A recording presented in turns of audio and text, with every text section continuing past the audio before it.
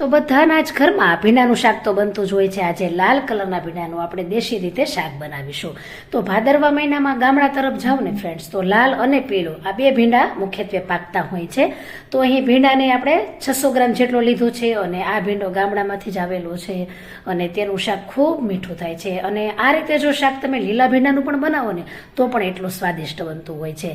તો લીલા ભીંડાના કરતાં જે લાલ ભીંડો છે એમાં પોષક તત્વો ખૂબ પ્રમાણમાં પુષ્કળ જોવા મળે છે। તો તેમાં પ્રોટીન અને ફાઇબર એ પુષ્કળ પ્રમાણમાં હોય છે, સાથે બીજા જેવા કે કેલ્શિયમ, સોડિયમ, પોટેશિયમ, ઝીંક, ફોસ્ફરસ, કોપર, મેગ્નેશિયમ જેવા પણ પુષ્કળ પ્રમાણમાં પોષક તત્વો જોવા મળે છે, એટલે ખૂબ ગુણકારી છે।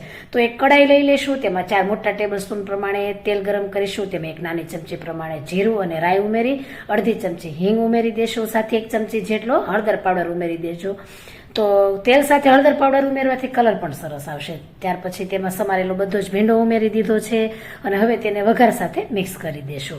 તો તમે જોઈ શકો છો અહીં લાલ અને લીલો આ બંને ગામડામાંથી ભીંડો આવેલો છે અને ભાદરવા મહિનામાં ભીંડો પણ મુખ્યત્વે પાકતો હોય છે અને એનું શાક ખૂબ મીઠું થાય છે। હવે 1 મિનિટ માટે ઢાંકી દઈએ।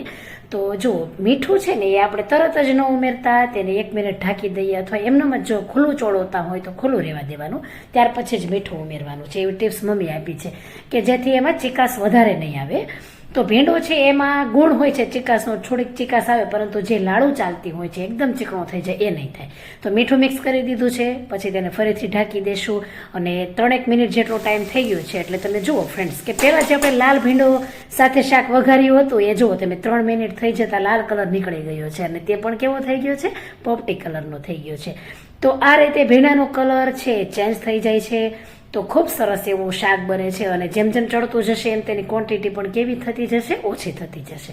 ત્યાર પછી તેમાં નાની ચમચી પ્રમાણે 2.5 ચમચી જેટલો લાલ મરચું પાવડર ઉમેરી દેશું। જે પ્રમાણે તીખાશ ખવાતી હોય એ પ્રમાણે તમે ઉમેરી શકો છો। તો સરસ રીતે લાલ મરચું પાવડર મિક્સ કરી દીધું છે। જો સૂકું શાક ખાતા હોય ને તો આ રીતે જો સૂકું શાક તો બની ગયું છે અને સરસ એવું જુઓ તમે ભીંડાનું પીસ છે હાથમાં લ્યો તો તે સોફ્ટ બની ગયું છે।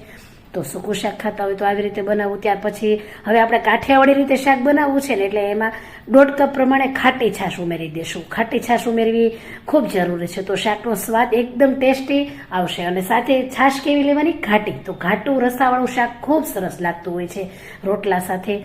તો જુઓ ફ્રેન્ડ્સ સરસ રીતે છાશ છે મિક્સ થઈ ગઈ છે અને ઉપર તેલ પણ દેખાઈ રહ્યું છે। તો 2 મિનિટ માટે આ રીતે તેને ખુલ્લું ચોળવી લેવાનું છે। તો તમે જોઈ શકો છો કે 2 મિનિટ થઈ ગઈ છે એટલે એકદમ સરસ શાકનો રસો છે ઘટ થઈ ગયો છે। હવે ગેસની ફ્લેમ બંધ કરી દેવાની। જો વધારે રસો જોતો હોય તો થોડું વહેલા કરી દેવાનું।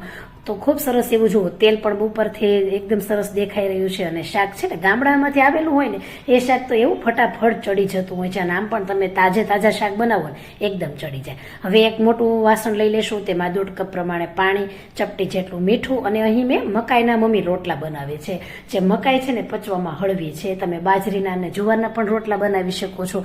તો જે આ રસાવાળું શાક બનાવો ને એમાં જો કાઠિયાવાડી રીતે આપણે બનાવ્યું છે તો એની સાથે રોટલા જ એકદમ સરસ લાગતા હોય છે। બાકી જો રોટલા ન ખાવા હોય તો પછી ભાખરી બનાવવાની, તો ભાખરી અથવા રોટલા સાથે આ શાક એકદમ ટેસ્ટી લાગતું હોય છે। તો થોડું પાણી ઉમેરતા જઈને લોટને સરસ રીતે મસળી લેવાનો છે। 1 થી 1.5 મિનિટ તો મસળી જ લેવાનો, તો રોટલો એકદમ સરસ પોચો અને ખાવામાં મીઠો લાગશે। તો હવે જો આ રીતે આપણે ગોળ હોય ગોળ બોલ બનાવીને પછી રોટલાને ટીપવાના છે। તો ખૂબ સરસ એવા મમ્મીના હાથના રોટલા તો મને આ શાક સાથે ખૂબ ભાવે છે, એટલે મેં તેમને જ કીધું કે તમે બનાવો। આજે હું તમારો વિડીયો મારા ચેનલમાં મૂકીશ અને ખરેખર જે આપણી માં કે સાસુમાં હોય તેમના હાથનો રોટલો તો એટલો મીઠો થતો હોય છે કે ક્યારેક આપણે તેની પાસે હોઈએ ને તો એનું જ જમવાનું મન થઈ જાય। તો ખૂબ સરસ એવો રોટલો મમ્મીએ મકાઈનો બનાવ્યો છે જે પચવામાં ખૂબ હળવો છે અને જો આ રીતે રોટલાને આપણે માટીની તાવડીમાં પકવવાનો હોય છે તો જે એકદમ મીઠો લાગતો હોય છે। તો તેને આ રીતે બીજી સાઈડ ચેન્જ કરીને ફરીથી આપણે તેની સાઈડને ચેન્જ કરીશું। આ રીતે તેને માટીની તાવડીમાં જ પકવવાનો હોય છે અને ફૂલેલો રોટલો તો ખાવાની એટલી મજા પડે અને એમાંય તે ઘી ઉપરથી આવે ને તો શાકની પણ જરૂર ન પડે, એમનેમ રોટલો ખવાઈ જાય, કંઈ ખબર નહીં પડે કે ક્યારે એક રોટલો પૂરો થઈ ગયો। તો હવે આપણે મરચાંને શેકી લેશું, લાલ મરચું કે જેને શેકેલું ખાવામાં એટલું મીઠું લાગતું હોય છે, તો બસ ફક્ત થોડીક જ વસ્તુ જુઓ, શાક છે, રોટલા છે અને સાથે શેકેલું મરચું અને ખાટી ખાટી છાશ દેશની હોય તો આ થાળી ખાવાની એટલી મજા પડી જતી હોય છે. તો અઠવાડિયામાં તો આ રીતે એકવાર બનાવી જ લેવું કાઠિયાવાડી ભાણું, ખરેખર ખાવાની એટલી મજા પડે. અને આ રીતે શાક બનાવજો ફ્રેન્ડ્સ ખાટી છાશ સાથે, એટલું મીઠું અને ટેસ્ટી લાગશે. રેસીપી ગમે તો લાઈક અને કમેન્ટ આપી શેર કરજો અને એકવાર ચોક્કસ આ રીતે શાક અને થાળી બનાવજો, ખાવાની એટલી મજા પડી જશે. આવજો.